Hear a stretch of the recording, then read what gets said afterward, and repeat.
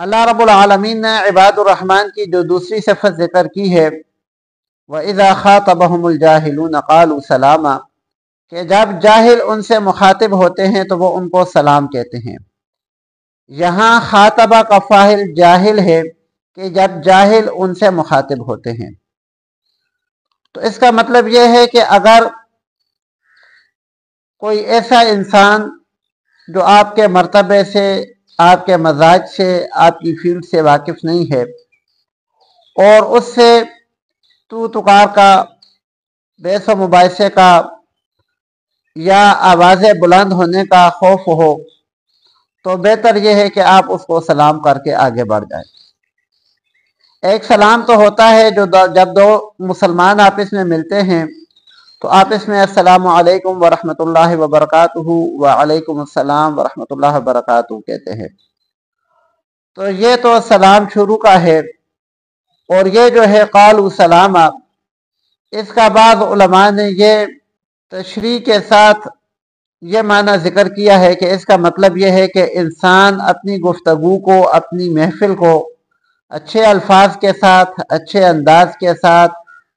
اختتام پذیر کرے، اپنی گفتگو کو اچھے انداز کے ساتھ سمیٹے، اس کی گفتگو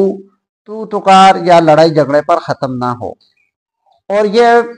پڑھے لکھے لوگوں کے لیے ہے کہ جب ان سے کوئی ناواقف آدمی، کوئی جاہل آدمی کوئی بحث مباحثہ کرنا شروع کر دے تو پڑھے لکھے لوگ، ان کے ذمہ اللہ رب العالمین نے لگایا ہے کہ وہ پھر صبر و تحمل سے کام لے اور سلام کر کے آگے بڑھ جائے۔ اب جاہل کس کو کہتے ہیں؟ ہمارے عرف عام میں جاہل اس کو کہا جاتا ہے جو پڑھا لکھا نہ ہو، لیکن بعض علماء نے لکھا ہے کہ جاہل ہر وہ آدمی ہے جو شریعت کے احکام کی پیروی نہیں کرتا، جو احکام خداوندی کے مطابق زندگی نہیں گزارتا، رسول اللہ صلی اللہ علیہ وآلہ وسلم کی سنتوں کے مطابق اپنی زندگی نہیں گزارتا، اپنی من چاہی زندگی گزارتا ہے، من چاہے کام کرتا ہے۔ وہ جتنا بھی پڑھا لکھا ہو، اگر اللہ رب العالمین کے احکام سے باغی ہے تو وہ جاہل ہی کہلائے گا، اس کو جاہل ہی کہیں گے۔ الذین یبیتون لربہم سجدا وقیاما،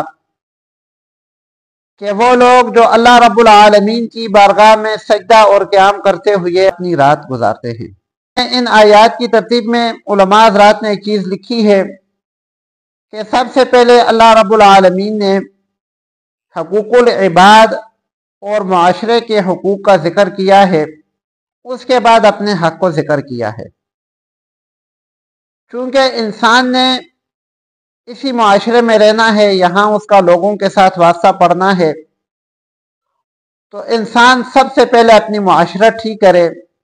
اس کے بعد انسان عبادت کی طرف آئے۔ تو ان آیات میں اللہ رب العالمین پہلے معاشرت سکھا رہے ہیں، پھر عبادت کا درس دے رہے ہیں۔ والذین یبیتون لربہم سجدا وقیاما، وہ لوگ جو رات اس حالت میں گزارتے ہیں کہ یا تو وہ سجدے میں ہوتے ہیں یا وہ قیام میں ہوتے ہیں۔ سجدہ جو ہے وہ الہ العالمین کے قرب کا، تقرب کا سب سے آخری سٹیج ہے، اور قیام سب سے پہلا سٹیج ہے۔ یہاں اللہ رب العالمین نے یہ چیز سمجھائی ہے کہ بہترین لوگ وہ ہیں جو اللہ کے سب سے زیادہ قریب یا سب سے زیادہ قرب حاصل کرنے کا کوئی نہ کوئی طریقہ یا سب سے زیادہ قرب حاصل کرنے کے متمنی ہوتے ہیں۔ والذین یبیتون لربہم سجدا، پھر اللہ رب العالمین نے قیامہ کو ذکر کیا ہے کہ اگر بہت زیادہ حرص نہیں کرتے تب بھی ان کے دل میں یہ بات ہوتی ہے کہ ہم اللہ رب العالمین کے قریب ہو جائیں، اللہ رب العالمین کے گناہگار اور نافرمان نہ بنیں۔ تو تیسری صفت اللہ کے نیک بندوں کی یہ ہے کہ ان کی رات سجدے اور قیام میں گزرتی ہے۔